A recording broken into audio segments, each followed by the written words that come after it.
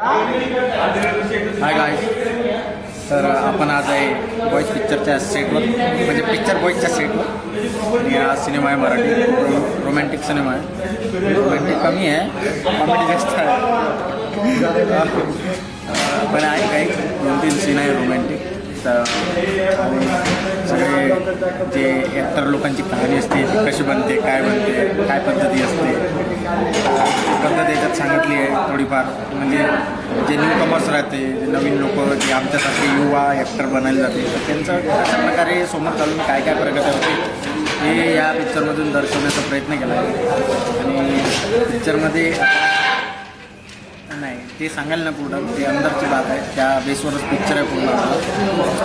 पण ही कहाणी आहे न्यू कमर्स लोकांची, आणि ते एका पिक्चरच्या सिलेक्शनसाठी येते, त्यांची कहाणी म्हणून पिक्चर बॉईज. आणि याच्यात मुली आहे, मॅडमसुद्धा आहे, बॉयसुद्धा आहे. आणि पिक्चराचं काम एकदम जोरावर चालू आहे, शूटिंग तर एकदम जोरावर आहे. आता सध्या सीन नंबर 83 चालू आहे याचा आता सेटअप चालू आहे. आणि माझ्याच सीन आहे तो, मी आता बसलो आहे थोडंसं सेटअप लागेल. आणि मजा येऊन राहिली, जवळपास 8 दिवस झाले. आज 8 दिवसात फुल मजा आली. अजून चित्रपट बाकी अजून आपला बनायचा, नक्कीच आम्ही घेऊन येत आहे चांगला चित्रपट पिक्चर बॉईज. आणि तुम्ही थिएटरमध्ये जाऊन नक्की बघा, हे मी गॅरंटी घेतो. जाचा बनणार नक्की. तुम्ही गेले तर आमचं तरी इकडं काही ना काही माहिती तरी होईल, लोकांनी दिसन तरी. नाही तर तुम्ही पिक्चर पाहणच नाही तर मग आमचा काय फायदा होईल. हां, त्याची स्क्रिप्ट वगैरे, मॅडम स्क्रिप्ट द्या, मॅडम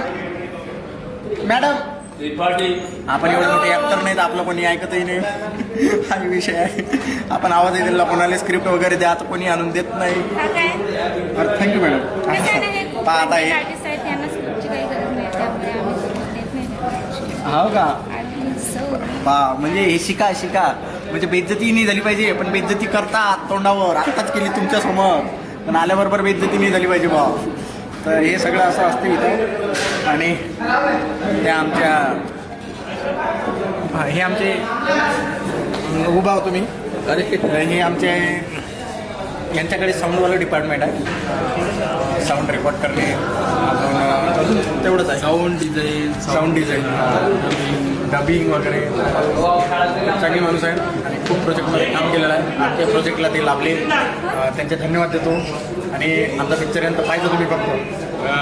ठीक आहे, तुमचं नाव काय? निलेश बुट्टे. पुण्यात असा कोणता चित्रपट नाही जो त्यांच्याशिवाय बनत नाही असं मी म्हणतो. ठीक आहे.